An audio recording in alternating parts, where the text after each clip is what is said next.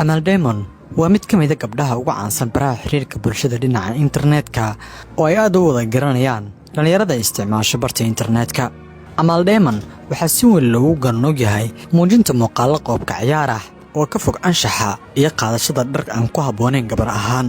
micnaheedu ma ahan inaan si toos u bartilmaameedsanaya gabadhan, waxaase ujeedadu tahay inaan ugu horreyn u sharaxo kuwa aan garanaynin waxa ay tahay gabadhan. Amal Diamond waxay barteeda Instagram-ka ku leedahay in ka badan 200,000 oo taageerayaal ah, waxaana inta badan soo gelisaa iyadoo qoobka ciyaar sameynaysa oo xiran dhan aan caadi ahayn.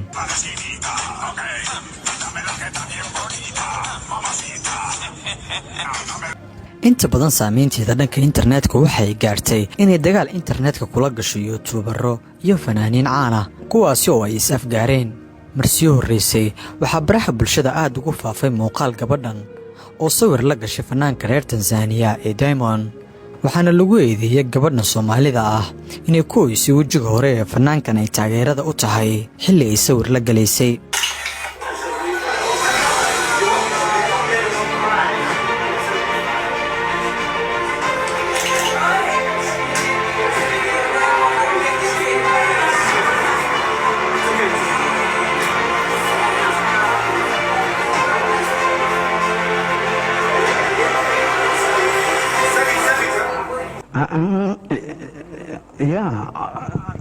أدنى يا سبة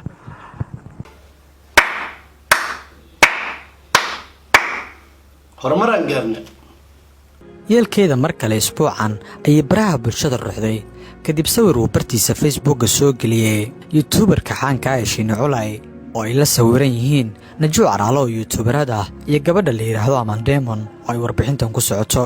sawirkan ayaana keenay in la dhaleeceeyo dhagaha ay xaraga ahaan u soo xiratay Amal Diamond. waxay sawirka ka soo muuqatay Amal iyadoo wadata dhaga ay dadka qaar u qaateen astaanta diinta Masiixiga ama Kirishtanka, waxaana isla markii dadka qaar ay iska dhaadhiciyeen in gabadhan ay diinta Masiixiga qaadatay.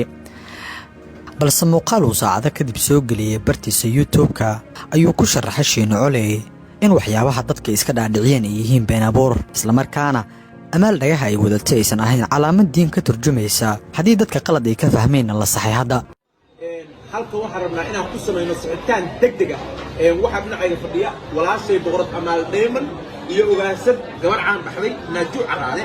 sidaa aragteen galabta waxaan Facebook-ga soo dhigay sawir saddexdayada ah. sawirkaa waxaa laga arkay dhegta walaashay Amal Diamond oo ah afar gees. runtii dhegtaasi dheg siman bay ahayd, laakiin dad baa si khaldan u turjuntay oo waxay u qaateen calaamado diimo kale. arrintaa waa beeninaynaa. walaashayo waa qof diin ku dhalatay, diin shariifa oo muslim ah haysata, iimaankeeduna sugan yahay. markiiba iyadaa waxay bilowday inay dhegtii jajabiso, cara ay ka qaaday. waa u jeedaan dhegteedii hadda saasay u siman tahay, waa dhegtii oo la jajabiyey weeye. marka maanta dhan gabadha waa wada joognay.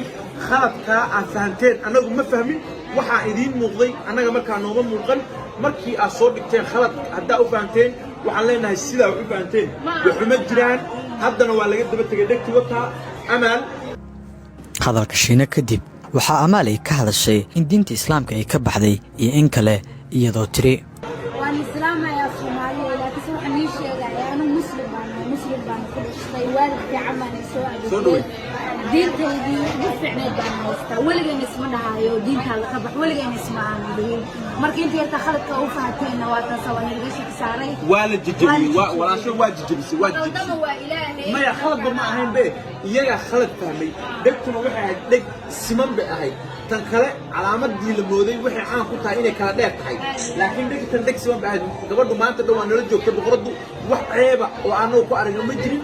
idinkana haddii tuuni isku soo wada duub oo sheekadan ayaa ahayd mid la xiriirta Amal Diamond iyo sawirkay la gashay Shiine Culay iyo Najuu Caraale oo noqday mid saameyn weyn yeeshay oo aad loo hadalhayay, keenayna in mar kale qaladkoodii ay saxaan shakhsiyaadkii sawirka soo galay. adiga sidee ayaad u aragtaa sawirka kuu muuqda? aniguse waxaan dhihi lahaa waaba ay wanaagsan tahay haddii ay qaladkeeda saxday isla markaana ay iska dhigtay dhegihii ahaa ama u ekaa diinta Masiixiga.